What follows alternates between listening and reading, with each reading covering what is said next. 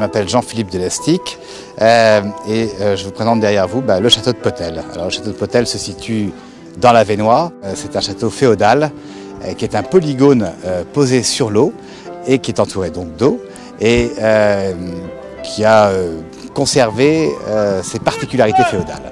Il a été construit à la fin du XIIIe siècle et il a subi les affres des années, bien sûr, et des invasions, parce que vous êtes ici sur un couloir d'invasion. Et il a été systématiquement envahi, brûlé et occupé jusqu'à la Deuxième Guerre mondiale. Donc autant dire que c'est un château qui a beaucoup d'histoire.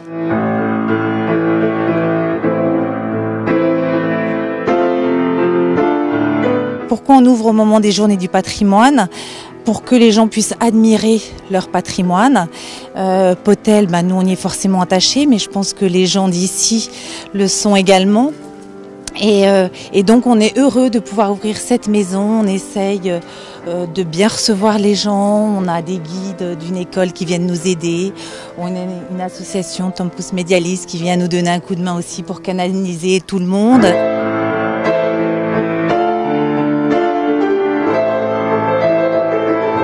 Alors nous, ce qu'on recherche avant tout, c'est une interactivité totale avec le public. C'est-à-dire qu'on peut toucher, on peut goûter, donc on fait participer au maximum le public. Il se crée une symbiose tout à fait naturellement. Et donc on fait de la manipulation d'armes, on fait des démonstrations de tir à la poudre noire. Alors bien sûr, pour les armes à poudre noire, on ne fait pas participer le public pour des raisons de sécurité évidentes. Mais pour le reste, il n'y a aucun souci. On fait des baptêmes d'escrime médiévales, donc ça plaît énormément aux enfants, mais même aux plus grands.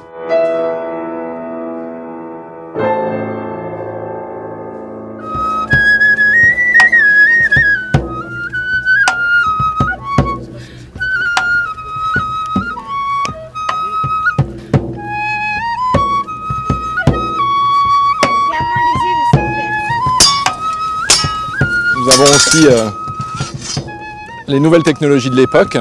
Donc ça, c'est l'ancêtre du fusil, donc le trait à poudre ou escopette. La poudre noire, en fait, on l'a découvert au XIIIe siècle avec les explorateurs qui sont venus de Chine. Mais on a commencé à utiliser vraiment la poudre noire qu'à la fin du XIVe siècle, au début du XVe. C'est quand même grâce à ça, après différentes défaites face aux Anglais et leurs archers, qu'on a quand même gagné la guerre de 100 ans avec la poudre noire et les canons.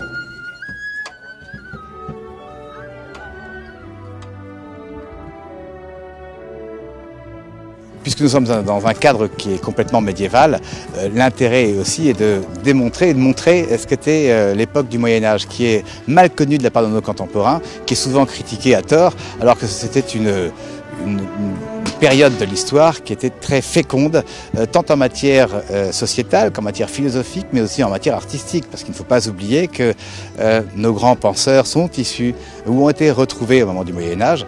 Et puis en matière architecturale, on a construit des cathédrales, mais on a aussi construit des châteaux forts, on a construit énormément de choses. En matière d'écriture, on a fait tout ce qui était les enluminures, qui sont encore un patrimoine d'une valeur inestimable.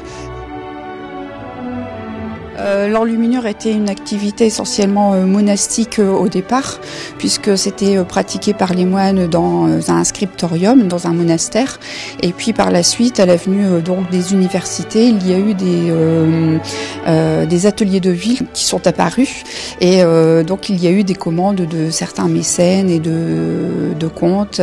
Donc ça s'est démocratisé et par la suite on est passé donc du sujet sacré au sujet profane.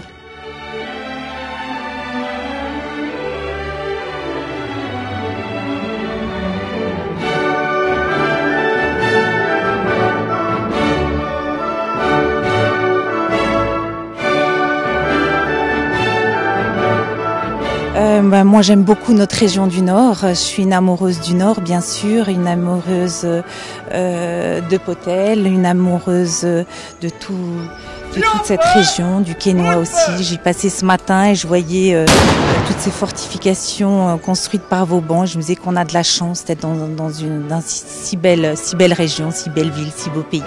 Voilà.